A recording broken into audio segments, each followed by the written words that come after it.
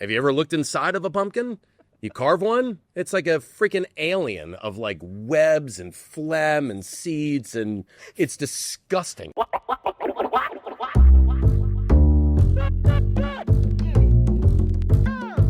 Welcome back to Keeping Commerce Weird, the podcast where we look at the quirks, challenges, and creativity shaping the future of commerce. I'm your host, Travis Hess, the CEO of Commerce. Now, today's episode is a fun one because we're diving into one of the most chaotic, exciting, and downright weird times of the year, the holiday shopping season. Cyber Week, Cyber Monday, and the weeks leading up to them, it's the Super Bowl of commerce. Demand spikes, supply chains get stretched, brands get creative, and yes, the dreaded pumpkin spice everything is everywhere. To help us unpack it all, I'm joined by someone who knows the season inside out and backwards, our VP of B2C, Al Williams. Al's not only festive, she's made a career of helping brands connect technology to business growth, and she's here to share how brands can not only survive, but thrive when the holiday rush hits. So sit back, eat, drink, multitask, whatever blows your hair back, and enjoy. Welcome to the show, Al. It's nice to have you here. Finally, somebody in person. Thanks. Yeah, it's great to be here in person. I love it. I love the environment. It's very cozy. It's nice. I can't wait to get into it. Yeah, a couple things for the audience. First and foremost, let's talk about how you and I met. Lots of mutual friends in the space. Yes. I had heard of you for a long time, all positive, by the way. I got a chance to meet you. We hit it off. Doug Hollinger, who you roll into, runs our strategy and offering group, had not yet started yet. Yes. And we have this conversation. I think you were like in the midst of a sabbatical, maybe? Yep. You're dog sitting. You're doing like 12 different things at once. Yes. Turned down like 4 job offers. True. Which I appreciated, like you throwing that out there. And I literally was like, in 20 minutes, I was like, this woman is amazing.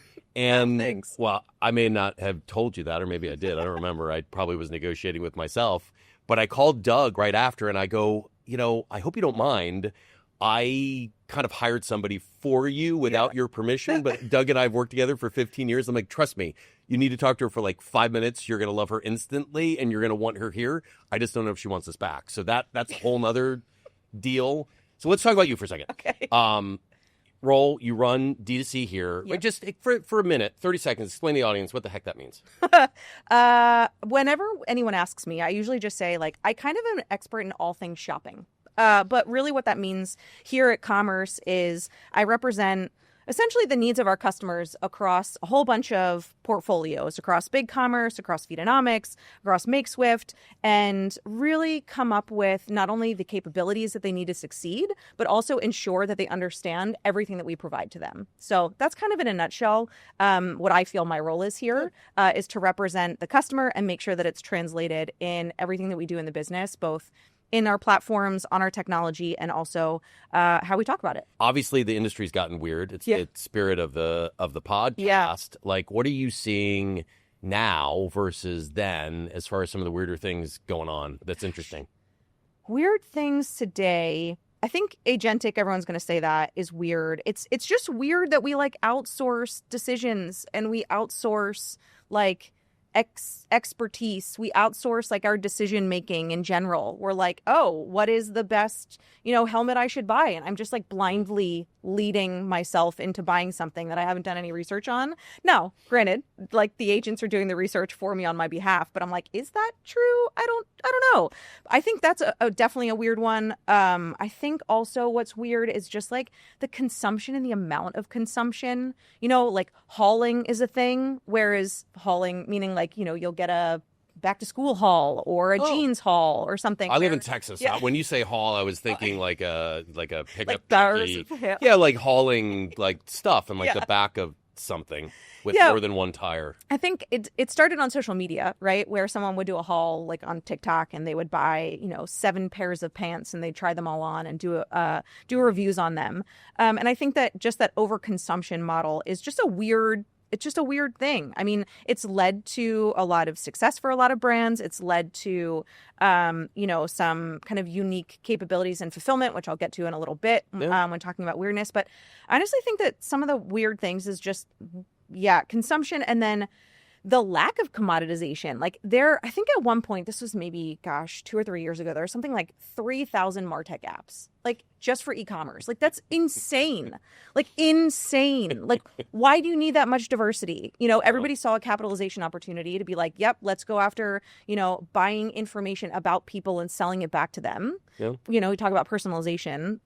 So I think that's kind of weird too. Just that we use like our data and preferences to make money. But yeah.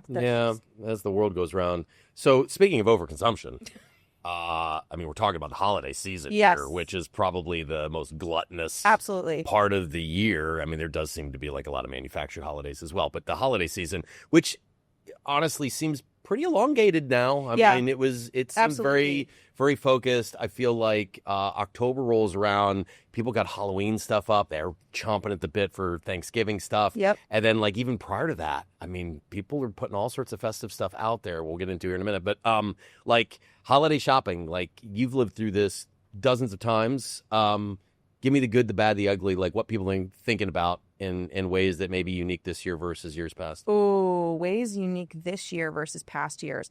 I do agree with you that it is starting earlier and earlier. I remember back in my first holiday season working on the merchant side, it was 2012. And I remember we started like back in maybe September or so, and I'd get up at 5 a.m. every morning for about a week and a half. I'd go into the office and I would actually like force our system to break.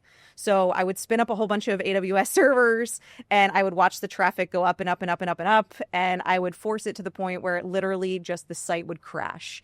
And I would take a look at, all the stored procedures and everything that was wrong. And I would go tell the engineering team like, hey, what they needed to fix. But if I think about that now, it's like, when I worked at Lucky Brand, there was a countdown clock. And the countdown clock was to October 1st. Oh, not a doomsday clock. It was down to where it's going to get busy. Yeah, counting down to where it was going to get busy. Whereas before, it was, Cyber Week, or it was really Black Friday, and then it went to Cyber Monday, and then it became Cyber Week. So things to look forward to now is just like, I think the sheer volume that starts so early. It's like you really can't prepare. I think previously it was like, okay, everybody would get in a war room for 2 days and they would make sure and know what the throughput was going to be for those 2 days. But now it's just like, you never know. There could be something viral that goes off on social media and then boom, you've got, a Cyber Monday set of sales on your site on like a Tuesday afternoon in September. So I think things to note and just keep aware of is like, you're never going to be prepared for anything that comes. This year's been super weird. Good and bad, in the sense that you had all this kind of volatility around tariffs. Yep. And like from our perspective, like, listen, I'm not in the depths of our merchants' supply chain, so it's hard to know, where that supply chain sourced from. Is sourced solely from China, or if they've got it peanut buttered across, Asia, or they're, producing things domestically or in other like, countries that maybe aren't tariffed as much as others. So with that, we don't have the visibility, transparency into it. So I also feel like it's gotten really highly promotional, just in general. It's been super promotional for a long time now. Is that a result of too much inventory, too little inventory, too much macroeconomic volatility, disposable income? Like this is going to be a fascinating holiday season. I can't remember the last one where people were like, oh, it's going to be doom and gloom. It's always like things I feel like since 2008, they've been like this. And so everyone keeps waiting for it to flatten out, but it hasn't. Yeah. Are you seeing the same thing going in this year? Yeah. Or are you seeing anything different? I mean, I know that Commerce 360 did a report and said last year that there was $13.3 billion that went through on Cyber Monday, right? And that's like 115% increase on like just a traditional normal day. Are we going to see the same thing? I do still think that we are going to see the same level of volume come through.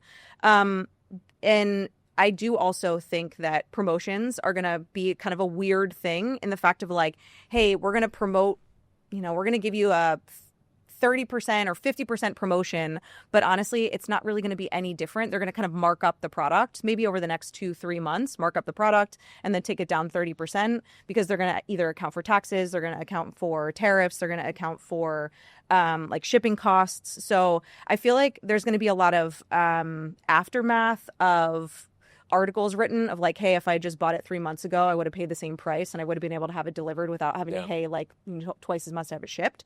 But I do think that there is still this cultural aspect, especially in the US, around Thanksgiving, around Cyber Monday, around Cyber Week, around getting the thrill of the deal that's not going to go away. You know, you open up Amazon and you've got like a giant flashing promotion in your face, or you open up your phone and you've got an email that says, hey, 75% off, regardless of whether or not they marked it up 60% or not. I'm like down there so early at Walmart. I mean, I don't care. I've never run so fast than I do looking for those deals. I mean, it really is a motivator. Yeah. More so than fear. It's just like a dopamine rush.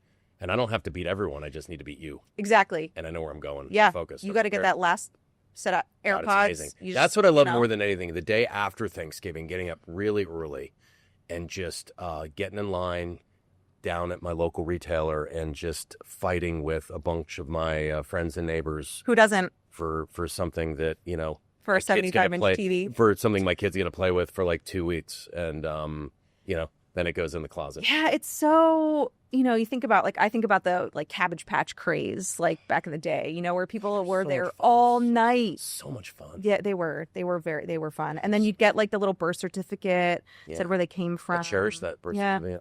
Yeah. I think I still have it in my fire safe. It made you grow up earlier than I was ready for. It gave you responsibility. But I had a pet rock before it, so I felt like I had like a little bit of a runway. Yeah. And I won a goldfish once at like a fair. You know, you threw the ping pong ball and it like went into. Yep. And then you had the burden of carrying that fish around the rest of the time on all the rides. And like, is it going to get the fish sick? Is it going to kill the fish? You worry about these things when you're 17. Yeah. 17. All right. I always wish I had a pet fish, but anyway. I mean, it's cool. Yeah. I think a jellyfish tank would be amazing. Like, I've gone to some restaurants. Yeah. I remember eating at a restaurant down in Miami or South Florida somewhere, and they had this giant jellyfish tank that kind of like bordered the back wall. And I found myself like hypnotically drawn to these like jellyfish just kind of going in and out. And I was bored as hell in the conversation. I can't recall who I was there with, but I remember just focusing on these jellyfishes. And I was like, that would be amazing to have in my house. Yeah. Probably expensive. Probably. I don't even know what they eat.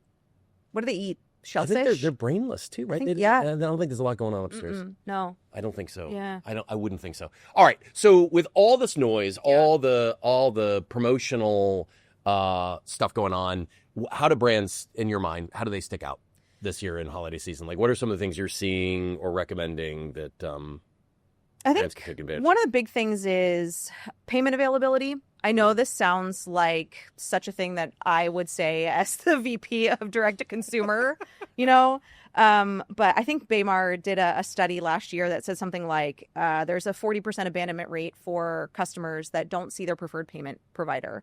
And look, you're out and about, you see a promotion now, I'm on the train, headed into the city to go do something. I see something, and if it's not available on Apple Pay, like, I'm not going to type in my address and my shit on, like, I don't have time for that. Yeah. And I think that is a real life scenario that we forget. Like, I think the one interesting thing that I love about working in direct to consumer is that we on the technology side are our own consumers. Like, it's not like we're selling scientific software or something. Like, we're our own consumers. Like, we know what we like and don't like. Yeah, we're not hauling anything. No, we're not hauling anything. Right. And so I think one of the big things is being able to have a variety of payment options, because I think at this point there's 5 generations shopping. And all 5 of those generations prefer a different payment type and a payment method. From boomers to things like they still want to call in and give a customer service manager like their credit card information, all the way to Gen Z and Gen Alpha, which is they're totally fine with like a digital wallet. So that's one kind of key area. Another one is just transparency and fulfillment and shipping. Look, If you can put on your site that like you must purchase by December 21st in order to get it second day, like just put it up there and be upfront. Or better yet, make sure that it's in FAQ terms so that it shows up on, when somebody types it into Google and it returns back in AI or in ChatGPT. I think those are some of the two big areas that are something that, yes, adding payment capabilities is a little bit, challenging, but just being able to be upfront about fulfillment costs and needs, I think goes above and beyond in some cases, like promotions. Yeah. Talking about promotions, you can say a well-placed or a well-personalized promotion is going to be you're going to have a greater lift than just kind of like a blanketed general promotion. I know Wayfair and some other companies are really great at this of tracking. Hey, I took a look at lamps. So if they see that I saw a lamp or an adjacent lamp, they're going to send me, hey, we're running 30% off lamps next week. I'm going to, click on that more than I'm going to click on, oh, there's 50% off of a sofa that I don't really need. So just being kind of like intentional and really thinking about the consumer specifically and what it is the consumer wants without being too overwhelmingly like paralyzed by infinite personalization, capabilities or opportunities. Is that a passive aggressive way of telling me you want a lamp for maybe Christmas? Lava? We talked about adding that to the studio. I think it'd be a good vibe. AI, in the holiday shopping season, where are you seeing AI play? Obviously, personalization would be an obvious one. Is that where you're seeing the obvious use case of where that's going to be applied? I think in the future, I think this holiday season, AI is most specifically in, let's say, like routing, fulfillment, and logistics. I think that large consumer brands have already started investing in AI in their warehouses for pick, packing, and shipping, for distribution of where they're going to fulfill it from. Traditionally, this looked like your ship from store. And I think that we're seeing that now where we see Amazon do this, whether or not they're using AI or not, of like, do you want it packaged all together? Do you want it shipped from the same location? So we're going to see that. But I think in the future, AI is going to turn into just like a bunch of, with regards to, let's say, holiday, is like a bunch of app notifications, right? Like we see this with Google Shopping, and we're already seeing, some of our technology partners or agentic partners start to adopt this of, accepting demand signals up front. So I want to buy a shirt if it goes below $75 and I can get it before this day. Those are really important intent signals that like every retailer would love and are salivating to have. And I think that instead of us going to these experiences, these sites, these companies waiting in line, it's going to come to us, but it's going to be in a hyper-personalized fashion. Yeah. So I'm just going to wake up, one morning and I'm going to have a text message that says, authorize this purchase. Yes, done. It's going to be delivered to me. Yeah. So yeah, I think that's what the future is going to look like. But I think this year is going to be more around like fulfillment. Yeah, I think it's interesting. The intent, the signal coming on the intent and personalization, I think, and it begs on the back office side, those that have, like us, we've lived in the space for a long time. Like front end is one thing. Yeah. And that's obviously what most people see. And so to consumers and brands, obviously it's super important to have that experience be as frictionless as possible. But all the money is made on the back office and the stuff that goes bump in the night behind the scenes. And just to your point, the intent of expecting to receive something at a certain price by a certain date, be that shorter or longer term, potentially at a discount, could ultimately determine what's surfaced in that personalized sort of engagement. And so are you willing to take something at a 10% discount to receive it 3 weeks from now? Or are you willing to pay a 15% premium to receive it in 3 days? The orchestration of that up front in the front end and also the back office is fascinating. And that's what's made this space so fascinating again, because it's getting really complicated and really weird in unique ways for those that have been in the space for a long time to kind of unpack that and figure out ways to kind of address it. Yeah, I was thinking about this at unboxing videos. I talked about hauling, but like unboxing videos have become very popular across YouTube and across social media. And as kind of like agents become the front end of shopping, I think that brands are going to use actually the fulfillment channels to differentiate themselves. It's going to be more like a surprise and delight of what am I going to get when it's delivered to me? Yeah. Where I think that we focus so much on what the experience is, and we as humans are never going to want to dissociate or remove ourselves from like a feeling and experience with a brand. But as agents become more of our decision decision makers, we still want to have that connection. And I think that brands are going to probably capitalize on actually the fulfillment channels and experience in the future. That's my prediction. Who doesn't like to be surprised and delighted? Exactly. Let's be honest. And speaking of which, let's get into some more weird stuff. What's the weirdest holiday gift you've ever received? All right. That you can disclose. Yeah. No. I was probably, I think I was maybe like 22. Okay. All right. So a couple years ago. Yeah. Right. Yep. I was about 22, and I go to my grandmom's house for Christmas, and she gives me this little box or this little bag, and she's like, "I've been saving this for years to give this to you." And I'm like, "Oh my God, is it like a piece of heirloom jewelry? Like, am I going to cash in? Is it like a bond? Like, what is it? What am I going to get?" Right? And it's like, it's small box, and it's pretty it's light. not a cabbage. So it's definitely not a Cabbage Patch. Not a Cabbage Patch Kid. Okay, all right. So, and she's like, I've been waiting for the right time to give this to you, and it's just really meaningful to me. And I'm like, oh my God, like I'm salivating at this point. I'm like, what is this? Is it like a sapphire ring? So, okay, let's take it back. When I was born, I was born with my feet curved in, and so for the first 18 months of my life, Like webbed? I was like pigeon-toed. Like they were not webbed, but like my feet itself were like. That would be amazing. You must be amazing in the water. Were you an accomplished swimmer? I actually am an accomplished swimmer. Yeah, I was a state champion swimmer. Is it because your feet are shaped like a Funny enough, it was in backstroke and butterfly, which had nothing to do with my webbed toes. But I did have those corrected, yes. But my feet kind of curved in when I was younger, which actually did make me a pretty good swimmer and a runner. That's besides the point. So for literally the first 18 months of my life, my feet were casted. And so you can see where this is going. I have a feeling this is where this is going. At this point, I'm salivating. I'm sitting there. The rest of the family's around. Everyone else has gotten some delightful gift of, either a check or like an Abercrombie sweater, money. Right, money. I can apply so I have this red bag. I open the paper, and there given to me are a pristine 21-year-old pair of disgusting casts that I had worn on my feet. Amazing. And I was like, not bronzed, just straight up dirty. Signed? Were they signed? Unfortunately, they were not signed. No, okay. Maybe I could have signed it when I was like 2, but what a lovely memorabilia from your early childhood. Yep. Yeah, it was an experience, and I don't know where they are now, to be honest. That was gonna be my next question. I do not know. I think they promptly threw them away. Oh. When you're 21, what am I going to do? Take it back to my dorm room? Like, I'm going to do shots out of it? Like, what shots out of my baby cast? That's a little... Yeah, that's a little much. I don't know. It's a little disrespectful to your childhood self. Yeah. But, I feel like there's a health hazard there or something, too. But I feel like they say it's the thought that counts. Yeah, it's the thought. Is it really the thought that counts? There was a lot of thought behind that. There was 21 years of thought behind that. And you know what? I still remember it.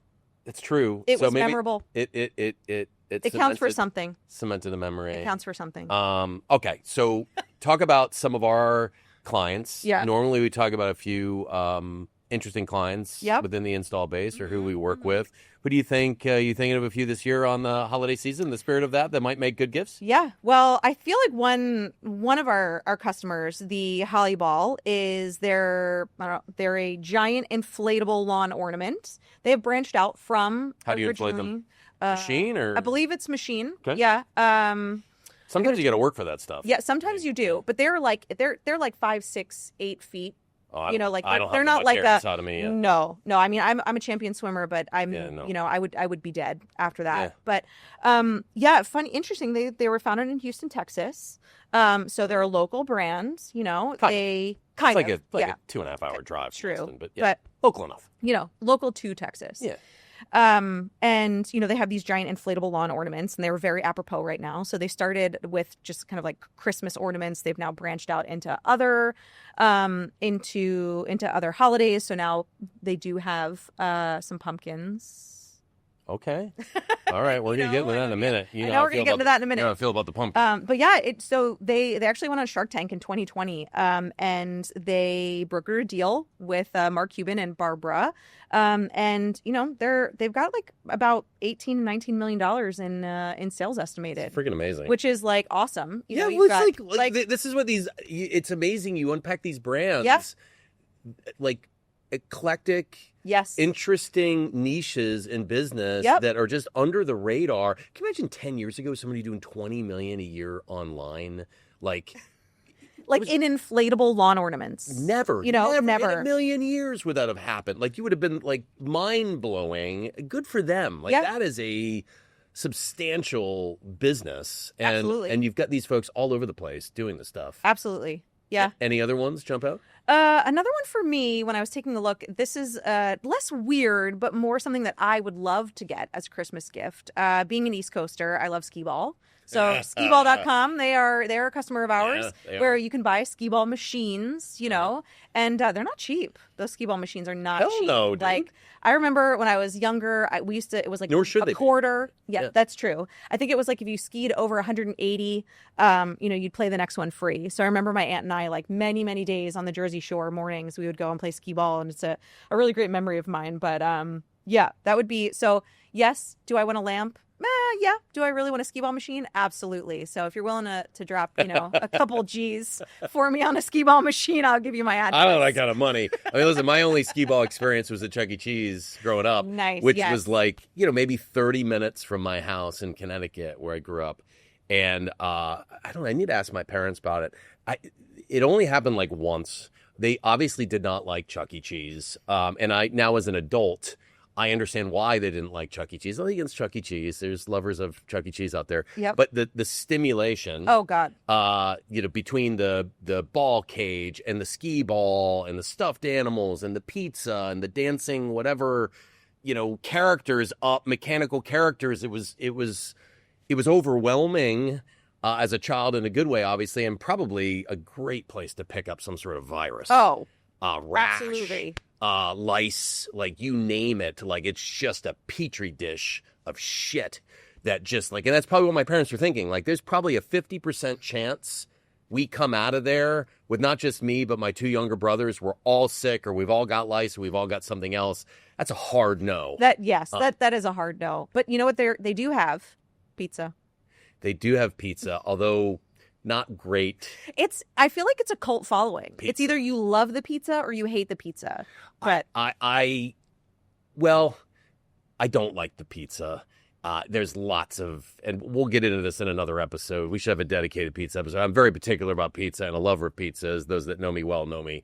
But let's get into something that I don't like. We're starting a new segment. This is the inaugural segment of what I'm calling the Inside Part Out Loud. Oh. And given the seasonality, and I kind of alluded to this earlier, let's talk about pumpkin spice. Let's talk about pumpkin spice. Look, I am a basic girly. Well, I used to be a basic girly, but look at me. I'm wearing a denim jacket. Like, let's be wearing honest. A Barbie shirt. Like, I'm wearing a Barbie shirt. Like, it's in. So I do occasionally love me some pumpkin spice, but tear it down. Let me know how you're feeling. I will tear it down proudly. I did a little research, and it wasn't hard with AI. Yeah. I got me all the info I need, and I'm going to choose to trust it just because it validated my hypothesis. So, listen, pumpkin spice, again, it's like an invasive species has infected everything over the last 20 years, and it's been almost 20 years. So I did a little research. McCormick & Company, the spice company, they make tons of spices you see in the grocery store. They had pumpkin pie spice back in like 1934, came out with this. Okay, fine. Got it in the pantry, the cupboard, whatever. You make pumpkin pie. As gross as that is, it's only once or twice a year. It's true. And dressed up with whipped cream and everything else. Just like the sweet potato. Like the fries, fine. It's in oil. I'd fry my own hand and eat it if I had to, dipped in ketchup. They dress this stuff up with all sorts of whipped cream and caramel and candies. It's like grapefruit. Yeah. You got to put sugar on a fruit.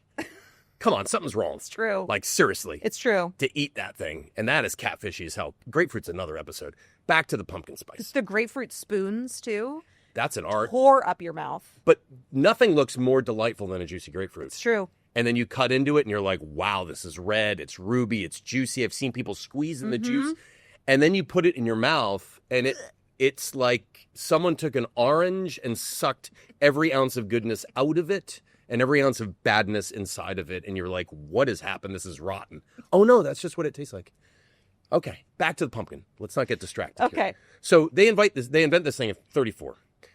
Nobody thinks twice about it. And then Starbucks, of all places, right? And I got a bone to pick. This guy, Peter Dukes, running the espresso group at Starbucks back in like 2003, give or take. I've got a bone to pick with you, Peter.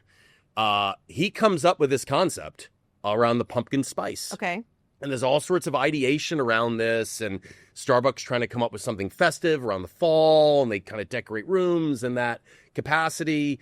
And they come up with, all of a sudden, they realize the only pumpkin people have in their house is the crappy pumpkin in the can that they use for pumpkin pie or to give their dog something when they're indigested, which is where it belongs. True. Have you ever looked inside of a pumpkin? You carve one, it's like a freaking alien of like webs and phlegm and seeds, and it's disgusting. Pumpkin phlegm. Perfect. So listen, it's everywhere now. Yeah. Like pumpkin spice Cheerios. Yes. The pumpkin spice now starts out, now it's year round. It's year round. It used to just be like a month. Yeah. And then it trickled into the elongated holiday season, and now it's literally everywhere. All year round, it's in other foods, everything. I don't know who makes these decisions and deems these things popular.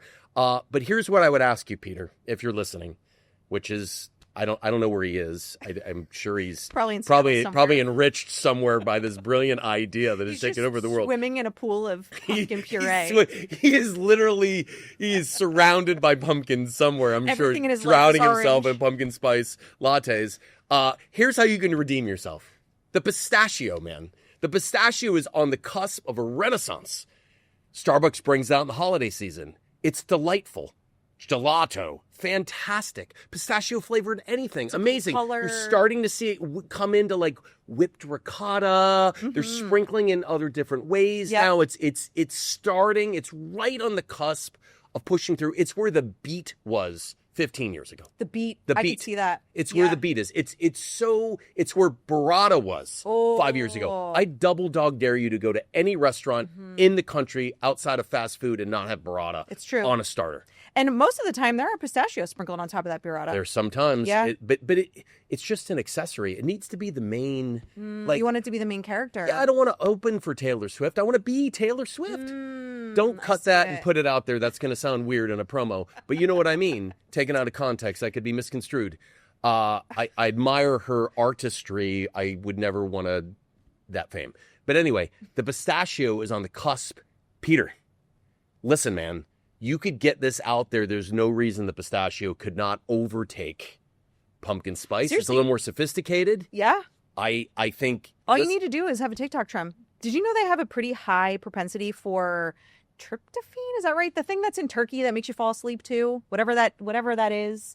Like, and so apparently, you just pop a couple of pistachios and, who needs a melatonin? You're just maybe I should do that on my next long distance flight. perfect. I should travel with pistachios, and that will. Yeah, I don't know whether it's the pistachio itself or just the sheer amount of calories that you burn from just cracking them. Well, right? they have them deshelled now. I feel like That's true. I feel like lazy. it's cheating. It's so cheating. It's so lazy. It is so It just cheating. doesn't feel like would they sell. You got to work for it. Yeah, you got to work for it. You got to work for it's it. part of the. It's like ritualistic. No, I hear you. You got to appreciate it. Yep. Anyway, I've gone on enough about the pistachios. Al, so amazing to have you here. I'm so glad you joined after your sabbatical. I'm so glad we were the fifth option that you took. And listen, love you coming on the podcast, being here in person. This was fun. I truly hope for your sake you get that Skeeball table. Me for too. Christmas. I'm manifesting that out there for you in the universe. But thank you for joining us on the podcast. And as always, looking forward to working with you through the holiday season. And Thanks for having me, Travis. You bet. Thank you to the audience for tuning in. Check out our New Modes report with Future Commerce for more holiday insights and consumer shopping habits. We've dropped the link in our episode description. If you'd like to buy Al that lamp or something else, reach out to her directly on LinkedIn. I suspect she'd be receptive. Looking forward to next time for more weirdness.